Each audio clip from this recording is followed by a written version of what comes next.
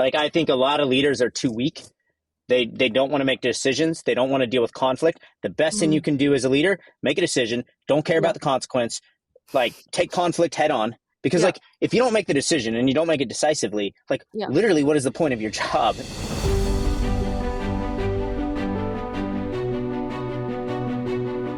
So, David, let's start by just telling everybody a little bit about your background. How did you come to be where you are now? Yeah, for sure. Sorry if I'm a little stuffy today. I'm getting over what, I don't know, it's the flu or COVID or who knows what goes around these days. But I got my start a long time ago as a software engineer, self-taught. Moved out here from Bay Area from the Midwest, kind of a classic tale. Frankly, I just did a lot of open source, liked building things, liked infrastructure problems, and eventually stumbled upon a business idea that actually worked. And have been doing that for a very long time now. Started Sentry in 2008-ish, and then the business, I think, in 2012. But I will say that I am still very technical. I'm not your typical engineering leader. I despise executives. But I'm very much in the weeds with strategy and corporate stuff and breaking things from that point of view for sure. So. Cool. Thanks, David. And how did you get into engineering leadership? Were you an engineer all the way up until Sentry? Did you dabble with various leadership positions before that? Yeah, I was pretty much an IC for most of my career. I was, tech leader, whatever you want to call it in a lot of situations. But at the end of the day, that's an IC role. It's technical leadership, not people leadership. And then Sentry, you start a company, every job has to be done, so you figure it out. But I opted out of as much management responsibility as possible in as many situations as possible. So even for the most or the larger part of Sentry, I've had somebody that was focused on personnel management most of the time. Like I have several VPs and stuff that report to me, but it's very different at that level. You treat executives like they have to be able to do the job. You're not here to give them career coaching, So yeah. But yeah, I'm very much just a builder at the end of the day. Yeah, it makes sense. And a few of the people we selected for the podcast were very much your profile. I wanted to show people technical leadership is also a kind of leading engineers, and there's more than one way to have impact in an engineering org. Because I feel like if you just get the management people, you hear people saying, well, I got into management because I wanted to have impact, but there are so many different ways to have impact. And I really wanted to showcase all of those ways. So how would you describe your current job? Ooh, yeah, that's a tough one. I used to tell people that I'm effectively like an administrative assistant in that most of my job is running around coordinating people and making sure things kind of stay on the right track. And actually, that's probably still true today. I've used that line for many years to dodge a question of like, oh, I'm the founder. But it really is a lot of that. Like, honestly, I genuinely believe the core of leadership at any company, it's not actually about management. It's about communication and alignment. And so I spent a lot of time thinking about that. Yeah. And even like technical leadership, it's the same thing. It's like, can we align on the direction we're going with the technology or something? And so most of my days are spent sort of working with teams on probably more product strategy than actual technology strategy these days, and sort of dealing with corporate strategy stuff, which is more like, it's all kind of connected to the product at the end of the day, but it'll be more things like pricing and packaging or specific things on how we're hiring or something like that. That's a little bit outside of the typical engineering wheelhouse. And unfortunately, I actually don't get to do anything really technology related at Sentry. I probably could if I wanted to. It's just harder when you have other obligations. So pretty much all of my technical component these days is just like side projects and messing around with things in free time. Yeah, it makes sense. And David, I have to ask, does blending in and camouflaging with your background help with this communication and alignment? It's unclear. It's one of those things that I've actually been in. We're in one of those phone booths, and I've actually been in this phone booth quite a lot today, and I did not notice before this. And so, yeah, I feel like it's like my cat. I feel like is a tabby cat, and she gravitates towards laying on like gray pattern things. And I don't know if it's a natural self-preservation thing, if it's a predator thing or a prey thing. It's very unclear. Anyways, so my first main meaty question is, as you know, I love Sentry's developer-centric approach to monitoring. A lot of the users of our product, they're, co-using Sentry. And on the one hand, hand, it just sounds totally obvious. Like Sentry's big thing, for those of you in the audience who don't know, is it's for the developer by developers. It's not built for ops. Surprisingly, many DevOps tools still very much ops tools, but Sentry, dev tool. And, developers are introducing the errors. Of course, they should be the ones able to install monitoring and, look at what's going on. On the other hand, I feel like this very obvious insight has been the driving force and the competitive advantage behind, all of the aesthetics of Sentry. So you and I have talked a little bit privately about, how you came to this view and, how you decided to innovate this way. But I'd love it if you shared with our audience just, what led you to this. Yeah, I think my big thing is I always operate from, I probably should use the word thesis, but I actually think anybody academic would be like, that's not a thesis. I sort of operate from an opinion, and I just sort of plow ahead until it doesn't work. And my opinion back in the day was like, I wanted something for me building the software versus something that already existed.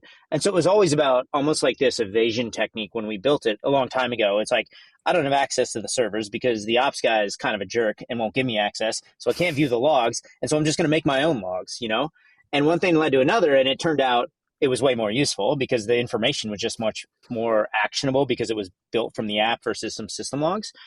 And then that kind of led to many more changes. And then the really interesting thing that we recognized over the years was because SRE and ops can still use Sentry, but they're usually not the ones building the software, so they don't actually have the bugs. So it's kind of like a middleman, and you don't really need a middleman. But the really interesting thing we learned over the years was this we had this hyper focus on sort of emerging tech, which is what I would call it now. I didn't use that word back then, which would be like Python, PHP, Ruby, Node.js, And the really interesting, yeah, it's basically like, where do we write bad software at that's not big corporate enterprise technology? It's not Java, and that was like a big deal. And what we recognized was like, oh, there's this JavaScript thing, which is hugely problematic, still is today, but also was 10 years ago. And they're all just developers. There's literally zero SRE. They don't even know how JavaScript works for the most part. And we also built it for JavaScript. And then there was this natural intense need for what we had because there was no alternative. And we recognized that, and we doubled down to try to solve that problem better. And then I think what was really interesting, so a lot of these are happy accidents, but what was really interesting was along the way, I'm what I would like to believe a typical engineer is, that I'm trying to do less work. And so I'm trying to sort of optimize my job. And so there's less things for me to worry about. And so as an example, we all have Heroku's of the world or Vercels. I don't want to deal with setting up servers. And that's always been a trend forever, and we're also on that trend. And the interesting thing about what Sentry did was, if you're in that world, which everybody is, you don't actually have these sysadmin tools because you never needed to monitor CPU or memory or anything like that. So you actually just need something like Sentry, and it gets you to this world where I basically outsourced as much as my job as possible, right? So I can just write the application, just write the business logic. And so I think for a lot of what we did, I don't want to say right place, right time, because it's not quite that. There was intentionality to it. But a lot of it was the thing we decided to focus on worked out, and we thought it would work out, mind you. You could see the change in cloud computing and all this. But it was mostly we just doubled down on our opinion and kept going, and it happened to be very fortunate for us from a total market share point of view. Yeah, no, that makes a lot of sense. And for the audience, who's we here? We being royal, we have Sentry, but a lot of this was stemming from, I started the business with my co-founder, Chris, back in the day, who runs our product design org. And so a lot of this was just my very strong opinions about what the market looked like. And frankly, at the time, my opposite of opinions from venture capitalists of what the market looked like. But, especially with that shift, you saw the mobile shift, you saw the JavaScript shift. Yeah. There's still big challenges today. It happened to work out very, very well, I guess. Yeah. And as a former academic, I would say this is very much a thesis. Thesis is just something you believe in your heart. Then you spend many years, finding the evidence to back it up. It's very, very, very, very correct use of the word. Okay. So, I've loved to see how Sentry has made its mark on the industry in the last few years. I think it's very much all of the opinions turned out to be correct opinions so far, but I'm sure you didn't get to where you are today without introducing various changes, breaking and non-breaking. So let's start with a change that you had to introduce to the business that went smoothly. What was it, and Oh, why did it go ooh, that so went well? smoothly. I'm like, there must be some. You don't remember the ones that go smoothly. Yeah. I think honestly, like, there's very few things that come to mind that I can think of that were like, oh, that was definitely the right idea, and we were intentional about it. Yeah, I yeah, think a yeah, lot yeah. of building something is kind of responding to what might as well be thought of as conflict, and Mhm. trying to find the path forward with the Not smooth. information you Yeah. have. Yeah, not smooth. Because even like I think we did really well early on. Like JavaScript was intentional for us, but the intention was not what actually played out in reality. So even though it looks like it was smooth and we're like the smartest humans in the world, it's not actually intentional in the sense of like when we were investing in JavaScript, we were investing in it because jQuery was everywhere. And we're like, well, Mhm. everybody uses jQuery. So if we invest in like making jQuery easier to debug, everybody can use Sentry. It was like kind of this naive point of Oh view. man, I And remember the yeah, jQuery days. I forgot about that. yeah. But then, like, right after that, React became like a really big deal. And we're like, we look Mhm. like fucking brilliant geniuses, Yeah, yeah. And then we doubled down and pushed on React and everything. So we made the right decision there. But it was almost like that was a right place, right time, where we definitely invested in like with a reasonable thesis. But the change in the industry is actually what kind of propelled that decision. And Yeah. so I think we did do some things around that. And we've had a lot of sort of, um, brand value type investments where I'll give you another example where we would kind of over engineer technology because it was just like who we were. We're like, it was almost like a flex. Like we can solve this better. And so a good example, similar time frame, React Native came out, which is like the mobile React framework. And the big challenge with React Native is you have system level code and then you have JavaScript user code, and they don't really interface that well. And so we're like, you know what we could do? We could actually build a cross language stack functionality, to bridge those together to make it easier to debug. And it was non trivial. And it's unclear that you would need to do this as a real business, but we did it. And so we did have a few things like that, and people loved it, right? And so there's a lot of product things I think we did that were really well.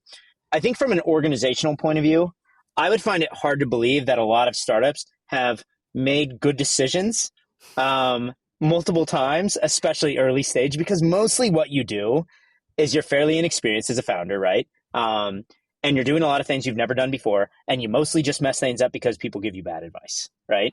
And so usually the good outcomes are the ones where you recognize what's working and not working, and then Yeah. you make those changes and deal with those challenges, along the way.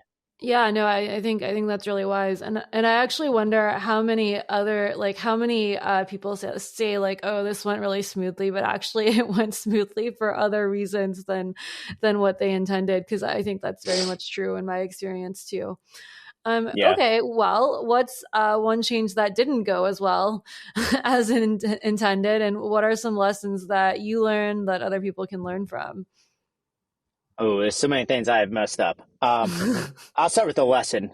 Recognize when something's not working and do something about it. That's all you can Yeah, do as a leader. yeah, Like listen to people, but also don't, believe everything you hear, I think is part of that. I don't know. A lot of the challenges I've seen from a leadership angle, especially from building a company, stem from people. And I think the biggest mistake, especially founders make, is we don't hire the right people for the right company or the right stage of the company. And I'm certainly guilty of that. Especially early days. Like I think a classic mistake is so Sentry's a market share company. We're north of 50,000 logos, and so it's a lot of customers, right? yeah. And so it's not a traditional enterprise company. You can't just bring in, say, a traditional enterprise salesperson and have them succeed, right? Hmm. And a lot of the guidance you'll get, especially from investors, especially the ones that are just bankers and not operators, will just be like, oh, just hire like a CRO or something like that, right? Yeah. Good luck. Good luck, like finding somebody that fits the magic profile that you don't even know what it is. And you just take that mistake and you repeat it infinite times as you're building a company, right? And I think even seasoned executives, like seasoned leaders, they make the same mistakes at bigger companies. And so a lot of them stem from that. Or like another good example of a class of mistakes I've made repeatedly as a leader is trying to do something that's right, but actually wrong for the business. And so I'll give you a really good example. Like we tried when we were like, must have been like 7 people or something. It was all people I knew, and they were all, I think, all white guys. And so we're like, fuck, we can't do this. we're going to be one of those stereotypes. We've got to put effort into this early in the company's life. And it's actually a really hard problem to solve. And so credit to anybody who's better at it than us. But our approach actually ended up not working well. What we did was like, we tried to fill it by making compromise and hiring people that were maybe a little bit more junior. And we're like, okay, we're going to help them. We're going to invest this energy, especially because we were just hiring engineers at the time, it's a little bit easier if you're not like an engineering heavy company, because there's other roles where it's a little bit more diverse and stuff. Anyway, so we went down this rabbit hole. We hired a lot of people for the right reasons, from a sort of, I guess, moral stance. But then in practice, it was actually really hard to support them, because you're a small company and you just end up where this situation where they can't, like many of them just couldn't succeed because they didn't have the know-how. An early stage or is the right skills. Such a hard place for junior people. Oh yeah. Yeah, I actually, I now give people the advice if they're a startup, like don't try to go for diversity principles too early, because you're not doing right by these people. People don't need people need a job. They need mentorship. They do not need to be at your company. You actually need these people more than they need you, is what I've started telling people. But I also found, for various reasons, diversity to be super hard when I was starting Akita as well. And I have this pretty controversial view now that a homogeneous early startup team is often what gives you the trust you need. And it doesn't have to be gender wise homogeneous or anything else, but you need multiple dimensions of commonality among your early team. Otherwise that trust is not there. And if you have people who are too junior, that trust is not there either. So that's super hard. I fully agree. So I'm a big believer in brand, and brand is basically just your set of values that you expose publicly, right? And you kind of need that shared set of values, right? Yeah. And it's almost like this chicken and egg where you kind of only know if they're shared if you know the people and you've worked with them or something, Yeah. And it's especially hard when you're trying to solve for something that is maybe not part of that, or, and it was very difficult. And that same class of mistake we made a few times. It wasn't always like a DEI thing, but it was like, okay, we need to build some salespeople and stuff. And you kind of go into it not really understanding why you're necessarily doing it. It's more like, oh, it's a thing you need to do. How's it going to work out? It'll be fine or whatever. And so early on, we tried to build sales. We were not even today, I think Sentry's revenue, don't consider this an official number, but it's something like 70% self-serve, right? Yeah, and that's a wild number for, but especially you can imagine early on, it was 99%. And so a sales team couldn't really be effective. And so similar kind of things, but most of the things I see as mistakes are just people mistakes, because those are the hardest ones to recover from because they impact people, Yeah. And I also just feel things are so chemistry based, especially for a startup. It's really hard to figure out where your playbook needs to deviate from somebody else's playbook. Yeah. Okay. No, I love that answer. What's one thing that hasn't changed over the course of Sentry that you're proud about? There's been a lot of stuff that I've been very forceful to keep the same. And so a long time ago, we had these corporate values, early stage, where there was all of the corporate values basically just said, we are nice humans. And I'm like, what is the point of this? So we threw them all away. Yeah, we threw them all away. And now we have one value that's we are nice humans. It's something you can't disagree with is the problem. Yeah. A value should be an opinion that you can rationally disagree with. And it's an opinion on how you're going to do business is how I think about it. Yeah. And so we threw those all away and we're like, let's shape them in the way we view about our business. And so they're a little weird, to be quite honest with you. One is called For Every Developer. And the idea was, it was twofold. One, it's if we have $1, we spend it on the developer. We have no other customer. There's no VP. There's no engine manager. We don't care about them whatsoever. So that's one. And that's a challenging opinion because it doesn't always work well with sales teams. I think that's super key. I mean, that's what Docker discovered when they had to reinvent their whole selves. I think a lot of developer tools companies move too far from that value, and that's their downfall. And I think the biggest challenge a company has is a second product, right? And the easiest way you can have a second product is if you keep the same customer, And so we were bullish on that.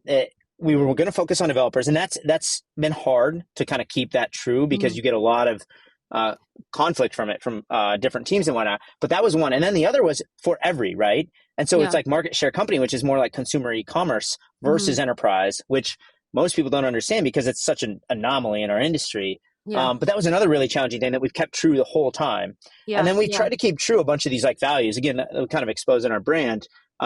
Things like how we care about the open source industry, Hmm. or things about like our attention to detail. And these get Hmm. like increasingly difficult as you grow as a Yeah. company Yeah. because not everybody espouses values, and that's fine, but you still need to be able to enforce those as best you can, and ideally ingrain those values into people so they start to care about it even if they didn't over time, or they start to Yeah. agree with it even if they didn't naturally agree with it. But I think we've done a really good job of sort of keeping that North Star in the direction throughout the history of Sentry, even if we've had a few ripples of like nobody would ever see it externally, but like internal conflict of trying to keep that going in basically a straight line.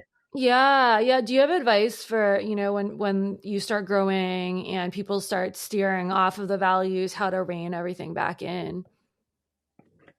Be very, very, very, very forceful and strong. Like I think a lot of leaders are too weak. They don't want to make decisions. They don't want to deal with conflict. The best thing Mm, you can do as a leader, make a decision. Don't care yeah, about the consequence. Like take conflict head on. Because yeah, like if you don't make the decision and you don't make it decisively, like yeah, literally what is the point of your job in most yeah, yeah, cases, yeah, right? Because nobody yeah, else is yeah. going to make the decision. Yeah, I like to tell So people not making a decision is deciding to fail. Like this yeah, decision's going to get made one way or another. yeah. My favorite story for folks is one of our big crises early on in Sentry's history, especially when you're trying to figure out revenue early days, right? Was how are we going to monetize Sentry when it's like an open source thing? You can self-host. Should we sell on-premise software in addition to our Mm, cloud thing, right? And I didn't want to because as soon as you do that, it's a different kind of business. Like you're yeah, selling like consulting and all this other stuff. And I'm like, I don't want to spend my time doing that. And yeah, that was my rational reason. I don't want to spend the time. yeah, Not that it wasn't a good financial investment. yeah, yeah, yeah, And I had so much conflict, especially with like salespeople at the time, because customers were like, can we just pay you to help us self-host it or whatever? And I'm yeah, like, no, I don't want to do that. yeah, And at some point, I just had to stand up and I'm like, we're not doing this. If you don't like this, there's the door. We're never talking about this again. And yeah, we never talked yeah. about it again. So, Yeah, no, I feel like part of why Sentry stayed like, a really aggressively good and opinionated product is because like there's some kind of decisiveness reflected somewhere in there. And so I really admired how you all have stuck to a set of principles and aesthetics there. So yeah, yeah, that makes a lot of sense. it's I'm tough. Like, yeah, one more analogy on that, because I think so many people especially founders, get down this rabbit hole of like, you have the same thing all over the place and you just got to shut it down. Like, yeah, like there was this paralysis we had a little while back with like A/B testing. I am not a fan because it doesn't make a lot of sense in many situations, and people they were kind of pushing to do more A/B testing and stuff. I'm like, look, yeah, if you can't come to me with an informed opinion, at least a hypothesis, right? What are you testing? You can't test something if you don't have a hypothesis behind it. And I yeah, actually don't care about the test results. Come with a reasonable opinion that we all agree with and just ship that and we don't care. Like move yeah, yeah, on, yeah, Because yeah, you end up like it's like you're not really making a decision otherwise. And if you don't make the decision, what are you doing? And yeah, there's just so much of yeah, that you yeah, see, yeah. especially early stage. Yeah, yeah, yeah, yeah. No, that makes a lot of sense. Yeah, I feel like a lot of people let like user testing form your hypotheses, but user testing is for validating hypotheses, not for forming Exactly. them. Yeah. Cool. Well, what's one thing that has changed that you've allowed to change that has surprised you at Sentry? Actually, sales is another good example. So I'm like, do we even need sales? Like, this is my opinion. I despise most salespeople. And Yeah. to add context to that, I get so much email, so many phone calls every day. I had to change my phone number because people illegally just spam my phone thinking I'm literally anybody at the company, right? And I get so much cold email. I get it from salespeople. I get it from recruiters. I get it from investors. It's like endless. Now I get it from Yeah. people asking me to invest. And I'm like, God, it's like, I don't have the time to deal with all this. Like literally it's costing me like my life. Like it's like Yeah. you're forcing me to pay attention to it and it's not on my list. And so I'm like, I don't think we need sales. And that's not a right opinion. There's a balance in there for sure. However, I think the industry is very inefficient.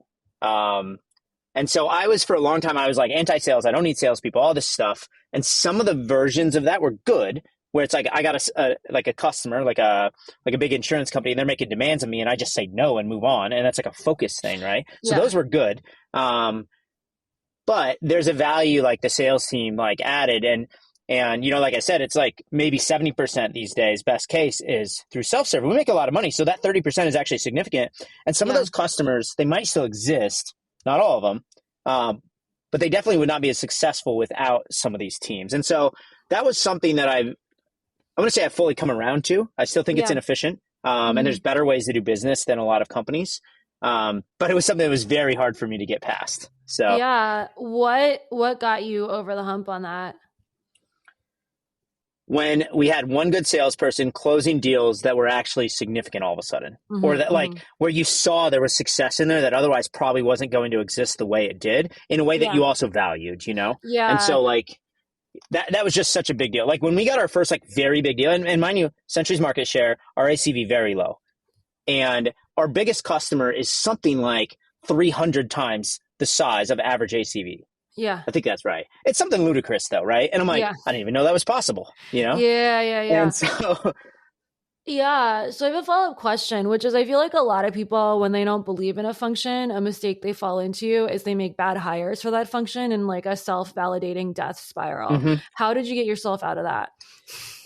Ooh. Or did you just get lucky? Yeah.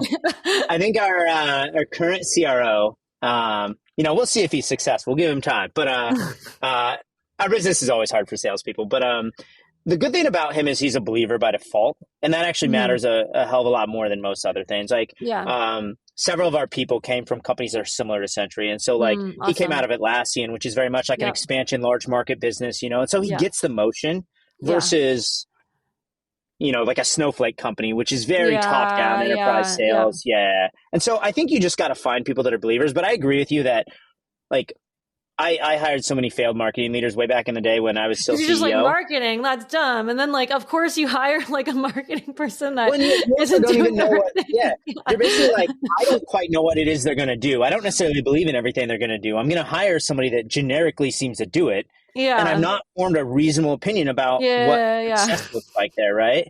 And that was the worst thing for me. That actually going to mistakes, like that is one of the fundamental reasons I didn't want to be CEO after a period of time. I'm like, I don't want to hire more executives. It's not fun for me, Yeah. Okay, well, this is actually a good segue to another question I had for you, which is, you made a decision pretty early on. You've talked about it publicly of not being CEO anymore, hiring not just someone else as CEO, but someone, as I understand it, completely from the outside. That takes, a ton of trust, a ton of courage. Can you talk a little bit about like, what was the point you made the decision you wanted to do that? Like, what was that process like? How did you get the confidence in that, in Millen to hand over the reins?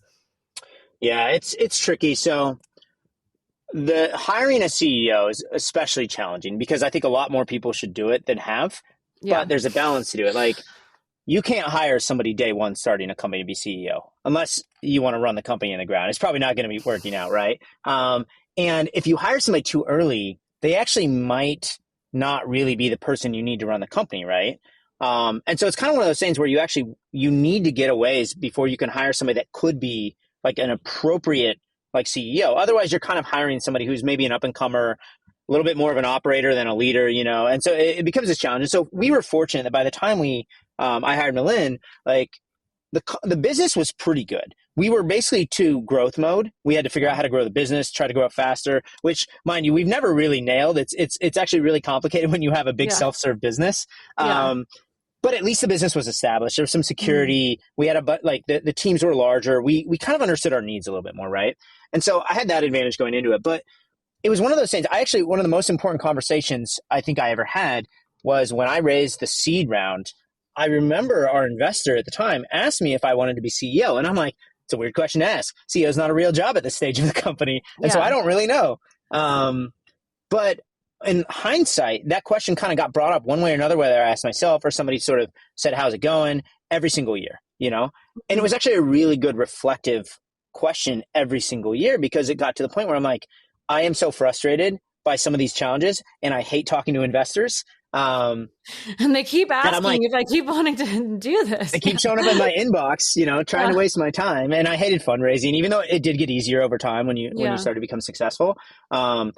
Coincidentally, actually, I think when I hired the CEO was around the same time also fundraising got basically easy. And so, some strangeness in there. But but it was mostly I'm like, okay, what I don't want to do this job. However, I will do the job if I have to do the job, and I'll be fine at it. Not amazing. I'll not be the best CEO of all time. Probably not even in the 1% era. I'm like, maybe I'll be like a 70% good CEO. If I could find a 90% good CEO, that actually seems like a good investment for the team. Because at the end of the day, I have an ego, but it's not like I don't actually feel like I have limitations on my power at the company. Like I get to do whatever I think is important, and people are Yeah. aligned with me. Like I obviously can't do anything I want, but I don't feel like I need to hold that title to have Yeah. like sort of control or anything like that. Yeah. And for me, I'm like, and the reason I tell people I'm still at the company, not because I find my job interesting. I actually find it very uninteresting most days, but I'm at the company because I genuinely believe my equity, which translates to everybody's equity, is worth more faster with me here because Yeah. my impact is more than it would be not being here, Yeah. Yeah. which isn't always true, but, and so I'm like, okay, if I can hire a CEO and they can accelerate everything we're doing, the ego thing I don't care about. They Yeah. got to be successful, but if they're better than me, that's great. And so it's like a bandwidth thing, right? And Yeah. that's how I've Yeah. always thought about it.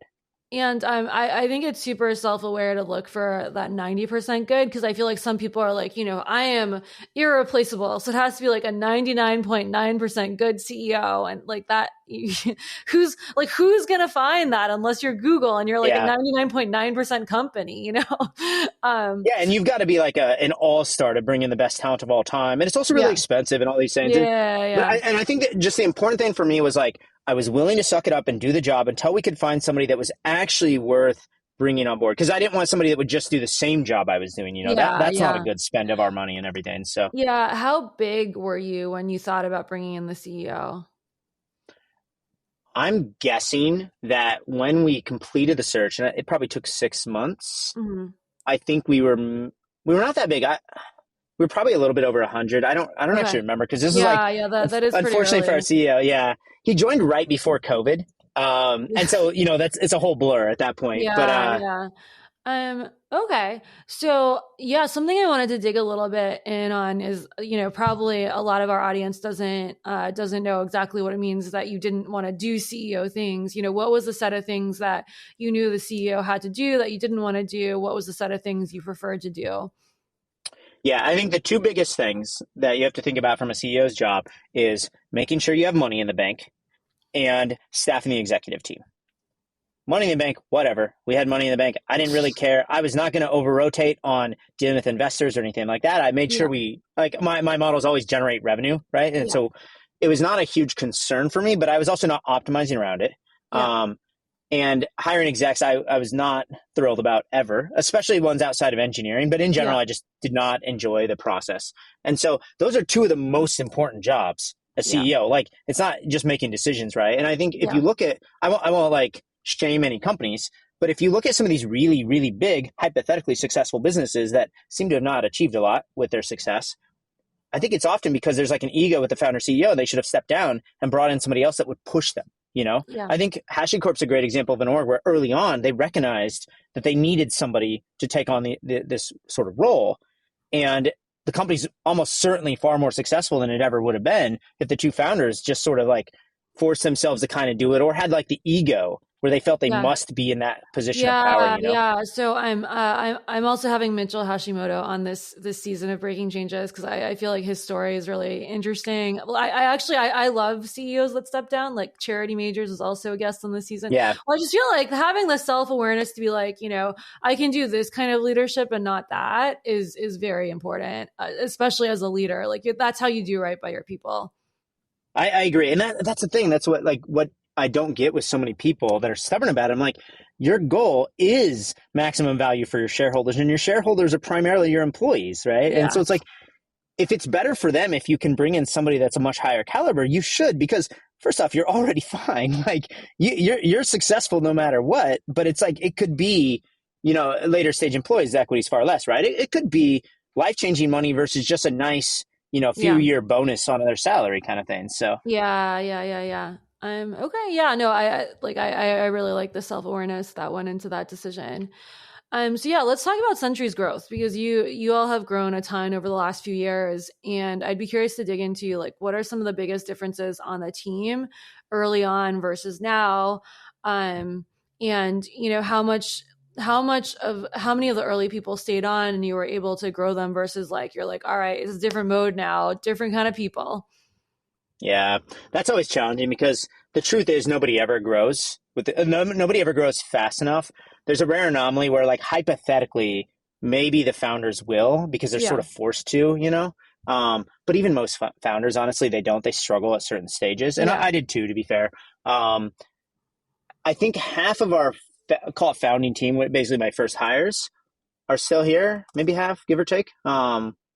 They're basically four people, I think, from the first 10. Founding, Okay, I would that's pretty consider like good. first 7.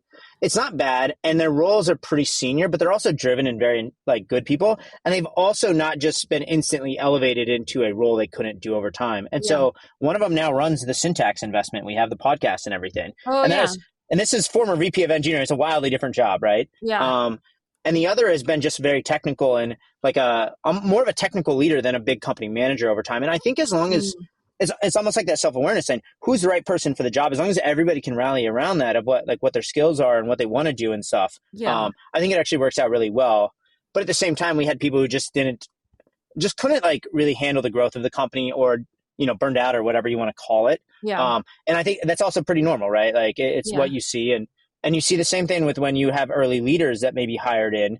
You also get to stages of the company where the job is just so much different. And Yeah. most importantly, the bigger you get, the more the expectations need to be on Yeah. senior staff and senior management, right? Yeah. And so it's like you can be a great early stage employee and a terrible late stage employee, and that's totally okay. Yeah. But Yeah. it goes back Yeah. to the ego and self awareness and all this other stuff too. So Yeah, no, that makes sense. And I know you always like to talk about how you like to hand off the people parts of it, but how involved were you in like hiring process, interview process? Were there things that you held as non-negotiables for every hire?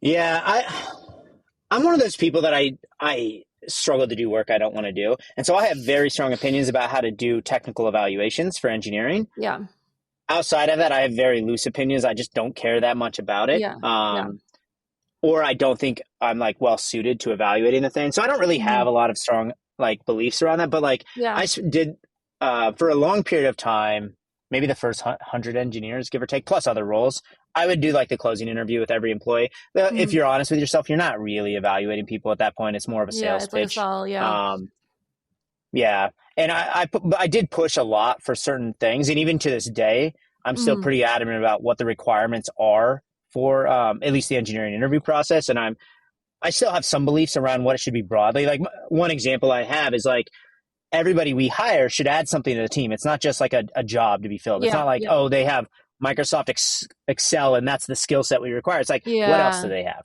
You yeah, know? yeah. Like, And what are I some think, examples of yeah. things you've looked for in new team members?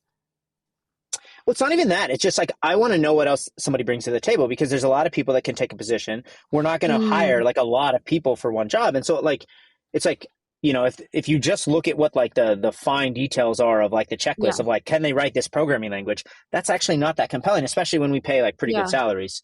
yeah, And so yeah, I'm like, yeah. what you need, my analogy, and I actually have an all hands I have to do next week where I'm going to kind of give this spiel is you need drivers at an early stage company. And even though Sentry, we're like, I don't actually know, it's like 350, 400 people, we still need drivers. And what I Yeah. mean is we don't need passengers. Passengers actually can't be Mm, successful because we don't have 40-person teams where 20 people are redundant. yeah, Like yeah, yeah, it's like yeah, teams kind of control their own destiny. And if it's basically like if I have to, or if people have to rely on somebody else building their backlog for them, they're yeah. probably not going to be very successful in a lot Uh, of these teams because we just don't have the people to do that. yeah, yeah. Like you need And everyone to be able to catalyze their own yeah, situations. Yeah, yeah, that makes and sense. that's what people should want at early stage too. And Yeah, I think that's the biggest draw to a company like that is you actually do have that freedom to really drive a lot of your own destiny. But especially as the growth of the tech industry, primarily like salary driven, right? yeah. It's not always people that are like seeking that out anymore. They're just like, okay, what's a hot company to work at? Am I going to get paid really well? Is it maybe good for my Mm, career? But they're a little bit more focused on it in this abstract way than the practical nature of what is good for your career. Well, good for your career is becoming very good at your skill set. Yeah. Generally speaking, it's not work at Microsoft for 40 years and hopefully you climb the corporate ladder. Yeah. That's not these days anymore. So Yeah. Yeah. Yeah. No, that makes sense. Um, yeah, I think for me, it's interesting because I look for a combination of like missionary versus mercenary. Like I prefer a missionary person any day. And then it's just like, do they have like this hunger? Because I think like you can't, that's the one thing. You can train people, you can teach them skills, but you can't make them hungrier. yeah, yeah. It's Yeah. also really hard to evaluate, I've found. Yeah. Like Oh, I think, definitely. yeah, when you have somebody, like it's very Yeah. obvious when they are like that, but like figuring out if somebody is when it's not obvious, I have not Yeah. tried very Yeah. hard, but it's not been Yeah, easy in yeah, my yeah. I history. feel like people who are like off the charts ambitious, you can always tell, but there's like so many people in that middle zone who turn out to be great. And it's very hard. And it's also very environmental. Some people it's like, all right, like the conditions are right, they get unlocked. And there are people where, when I've worked with them, I'm like, something is not unlocking your hunger. They go somewhere else like immediately the next day. It's like Yeah, very, very different. Yeah. And yeah. also like, similar things have happened where someone was somewhere like they were kind of like chilling and they come work with me and all of a sudden it's like, oh my God. So yeah, I think it's a very, there are many That is factors. one of the difficult things. It is Yeah. like it actually is a lot of the times based on the environment, Yeah. how successful somebody can be, and I think that's also easy to forget. Yeah. And so we always talk about like bad hires, if you will, like that term. It's always like two-sided. It's Yeah. like yes, some people you shouldn't have hired because they were not the right hire, and some people you actually just did a poor job of making sure they could be successful, Yeah. and Yeah. especially as you get to be like, I think the mid-size, like the size Sentry is like 200 plus employees. That's when you hit a lot of these problems because you're Yeah. usually, it's lost a lot of that early days sort of, details oriented, like people care so much and it's getting a little Yeah. bit more into just like a normal job and things like that. So Yeah. Yeah. Okay. Well, let's switch topics and talk about hype. Because I feel like for all of your like funny takes and snarky takes on Twitter, you actually consistently have really good hot takes on, what's happening across the industry. And I'd be curious to hear like how much you incorporate those views into, medium term, long term planning for what you're working on at Sentry and balancing that with long term vision versus like this is just like takes you have.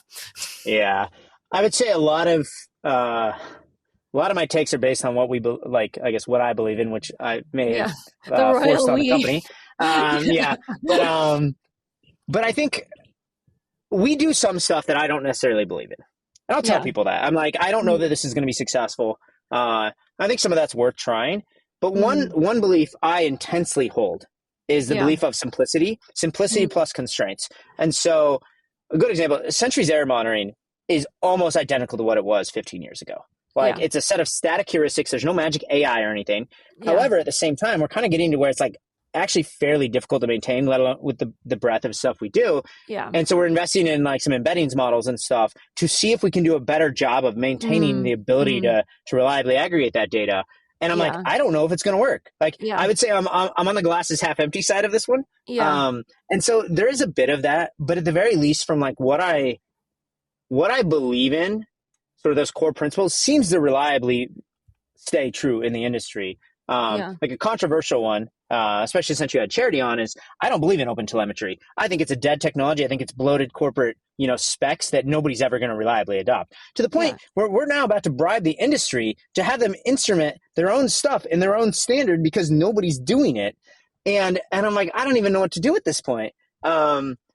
And to be fair, a lot of these get backed up very quickly by evidence. Yeah. But I think a lot of people rally too much around new ideas without Mm-hmm. considering the past and learning from the past. And as somebody who, I'm self-taught and everything, so I have no academic standing to base all my decisions on in the first place. It's Yeah. always what I've seen and what I've experienced. As somebody who's that, plus where I see where a lot of technology is not changing, I get frustrated by complexity. And so I Yeah. just avoid it. Yeah. It actually ends up being like one of these things where I'm like, I can actually just ride out all these waves for the most part and nothing ever Yeah. changes in the industry. Like we'll Yeah. see, like we're getting to the point where it's like hard to actually have the same level of conviction around that opinion, right? Like the LLM tech Yeah. is very exciting. I'm so pessimistic about it. But if you take away some of that, Yeah. like the problems we're trying to solve are not very different than they were 20, even 30 years ago with like even like when the internet was invented, right? Like, Yeah, yeah. and so I just think there's a lot of complexity in the industry that everybody can avoid if they choose to. So Yeah, no, it's the main thing. I think that makes a lot of sense. I feel like uh Donald Knuth has this great quote about like how he stopped checking his email. He's like, some people's job is to stay on top of things. My job is to get to the bottom of things, and like like following what's going on every day doesn't actually help me ever. So yeah, Yeah. I think it depends on what your goals are there. Yeah. And I think Cool. you can have very different opinions there too, right? Yeah. Like, and this is going back to beliefs and values. You Yeah. can be right on both sides. It's just how Yeah. you're going to focus yourself, you know? Yeah. Yeah, yeah, yeah. No, that makes sense. Okay, so my final non-closing question is on the subject of a different kind of change. Something that I found really interesting is Sentry has managed to maintain this authenticity that you often see with very early stage startups that like make their own websites. Like the minute you get in a design team or a marketing team or some kind of agency, like all of that gets wiped away. But it seems like, your website is also a reflection of just how you run your company and the culture and the values. So I'm super curious how, Sentry has managed to remain authentic, not be a monoculture, be a global distributed company, and still like have this like edgy authenticity. Do you have advice about, how you maintain that? Like, how do you hire for that? How do you set up your culture for that? I think it goes back to like, you've just got to have a strong opinion and be forceful about it sometimes. Because Yeah. if you sort of just design by committee is the death of almost anything. And if you let Yeah. your company be designed by committee, it's going to fail, or at least Yeah. it's not going to hold those values, right? Yeah. Yeah. Linear much earlier stage than us, but it's very similar, right? It's very much top down values, right? Yeah. It's like, this is who we are. If you don't like it, then you probably should not be here. And if you do Yeah. Yeah. like Yeah. it, Yeah. you should definitely be here, right? Yeah, the values can't come from the Yeah, people. Yeah. they can't. And I will say we're not perfect at this by any means. We try to be a little bit more forceful, but the problem is it's very easy for people to compromise. I Yeah. don't compromise ever, but like my unwillingness to compromise is completely irrational. Yeah. Like I was in a call with a giant bank one time, and they're like, "Will you help us do this?" And I'm like, "No." And that was the truth, mind you, Yeah. but it's not the thing you're supposed to say in the meeting. And that's Yeah. my version of not compromising. I'm like, I don't care. I've got other stuff to do. I'm just going to tell them what I feel, you know? Yeah. Um, Yeah. and so like what we've done is not without its conflict and without its, Yeah. rough waves internally. Right. Yeah. And even more recently, we've gone through like structural changes at the company where I'm like, we've got to be, more on the ball. Like what we're doing, everybody has to believe in it. People have to be more technical. And so Yeah. here's actually a really interesting analogy. We started staffing up other parts of the org over the recent years as we grew bigger and the scope was bigger. And Yeah. one recent revelation is like the passengers and drivers staying right. That's one side. But the other side is like actually everybody in EPD needs to be fairly technical. They need to be able to Yeah. kind of figure out the domain, probably be able Yeah. to write code. And that's a Yeah. hard Yeah. thing, right? Yeah. And if you're just like loose about that, there's no way that will be true. Yeah. Like, oh, But here's we a good actually, yeah, candidate. They've never seen a line of code in their life, but they can do some things. exactly. Yeah. Yeah. And Yeah.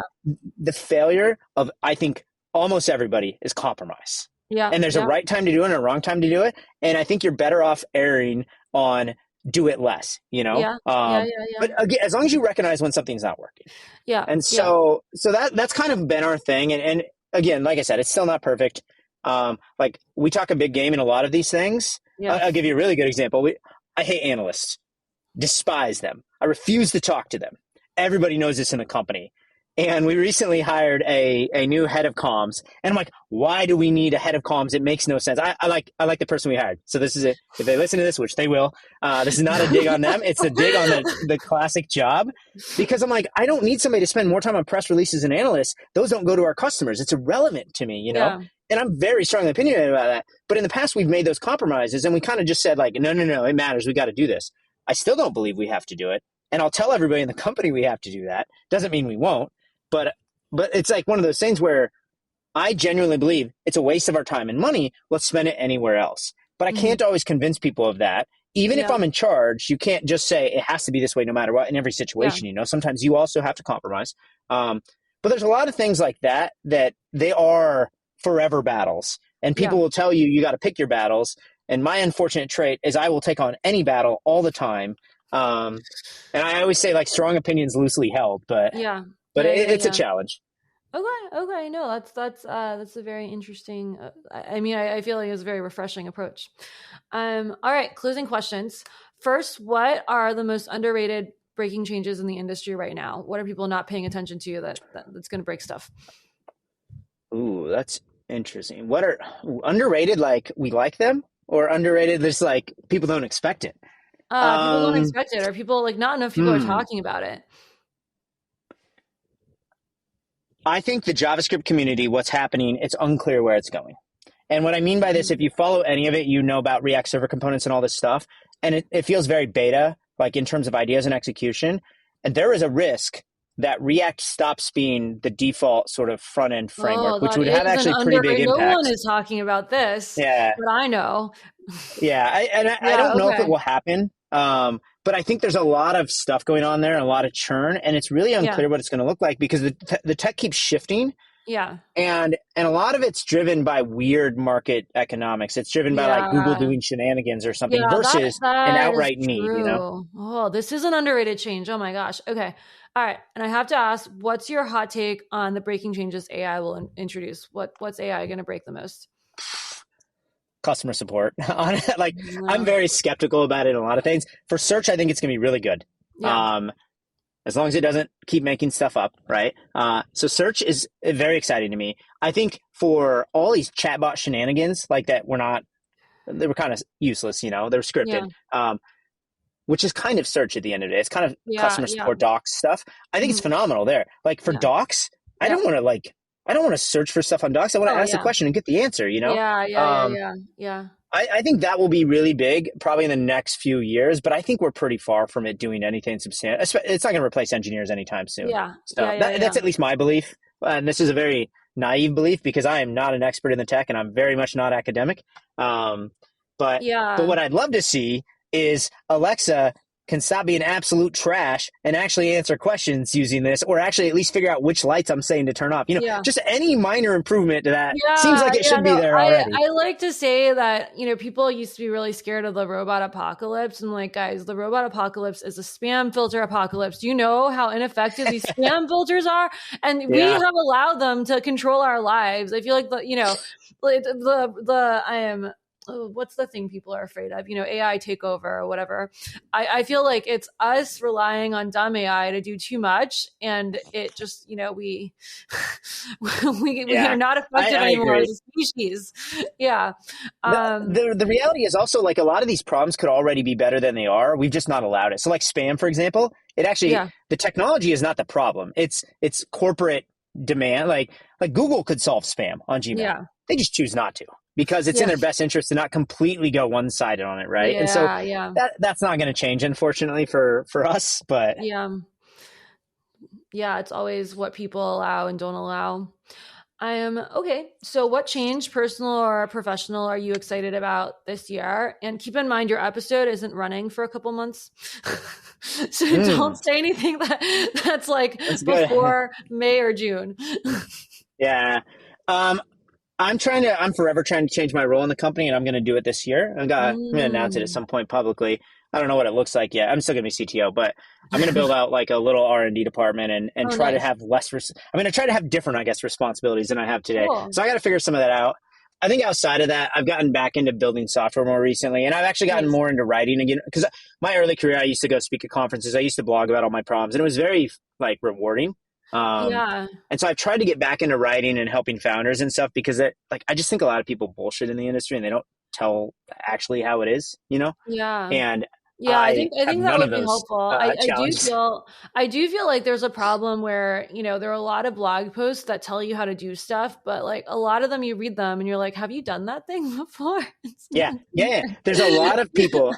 I don't, whatever that stigma is around teachers versus doers or something, ignore that. But there's Yeah. this weird world where a lot of the teachers actually aren't doers in the industry. They've not done it before. And it's this Yeah. messed up thing. And so, Charity and I have different opinions, but I actually much appreciate she's just direct, brutally direct, and Yeah. like people it offends Yeah, people I sometimes. I love the offend people charity sometimes, share but stuff. Yeah. we need more of that instead of this like, oh, I got to protect my reputation because I'm some perfect Yeah. human or something. Yeah. Also, like for instance, I recently started just talking more publicly about selling Akita, and I'm Yeah. trying to get two of my friends to do a blog with me. I feel like they keep talking about dropping out because they're like legal considerations. I'm like, no, guys, you just don't want to share. Yeah. And there's so Yeah. much of that. And so that's been rewarding. I had this idea where I was going to write every week, and it lasted 3 weeks. So, but I'm trying to figure out how to do more of that. And that's been it's been more fulfilling lately, Cool. which is also good because founders are often our customers. So it's win-win, you know? Yeah. No, that's But awesome. yeah, that's probably the biggest thing for me. Okay, cool. All right. Final question for anyone who wants to hear more from you. Where can they find you? Where can they find your writing? Where can they find your upcoming writing? I'm on Twitter, ZEEG. Don't ask. I don't know. I made it up a long time ago. I probably won't offend you too much, but I am very direct. I just don't care. Yeah, when I first came across your Twitter, I have to say, I was like, these are just really random takes. But then I read your tweets more, and then I said, these are actually pretty good takes. They're just like, Yeah. they're just not said with a very official tone. Oh, they're definitely not. And actually, it's really annoying because sometimes people are like, but you represent Sentry. I'm like, what's your point? And it's also just literally, it's like whatever's going on during my day. But you can find me there. I have a blog that's like loosely updated. Mostly I've started writing about the Sentry journey a little bit more, which is cra.mr. That's probably about it. I don't know. I'm in San Francisco, so if people are around, I'm happy to spend FaceTime once in a while. But yeah. Cool. Well, thanks, David. This was really, really good and enlightening conversation. I'm sure other people will like it as well. Yeah, this was fun. I appreciate you having me on.